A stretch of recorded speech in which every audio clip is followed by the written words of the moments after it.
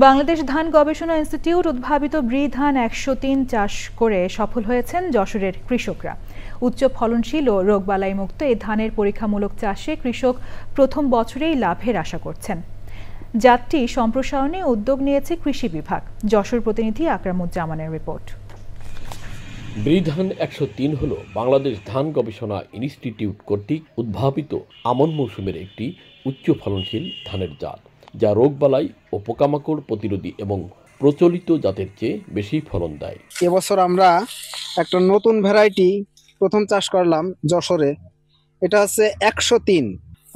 ধানের গাছের হাইট একটু বেশি, কিন্তু এর একটা সুবিধা আছে, ধান বাতাসে হেলে পড়ে না। হারভেস্টিং না করে তো আর বোঝা যাবে না যে কত কিরকম মন হবে।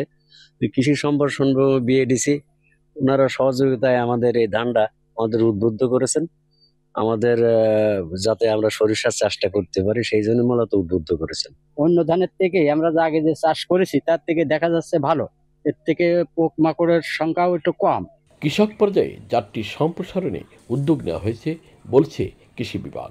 গাছের উচ্চতা অনেক বেশি, যার কারণে খড় হিসেবে যেমন কৃষকদের কাছে পছন্দনীয়, তেমনি এই স্বল্প জীবনকালের আমন ধান কেটে তারা আবার সরিষা সহ অন্যান্য আবাদ করতে পারবে এবং এর ধানটা অত্যন্ত সরু, এই জন্য কৃষকদের কাছে পছন্দনীয়।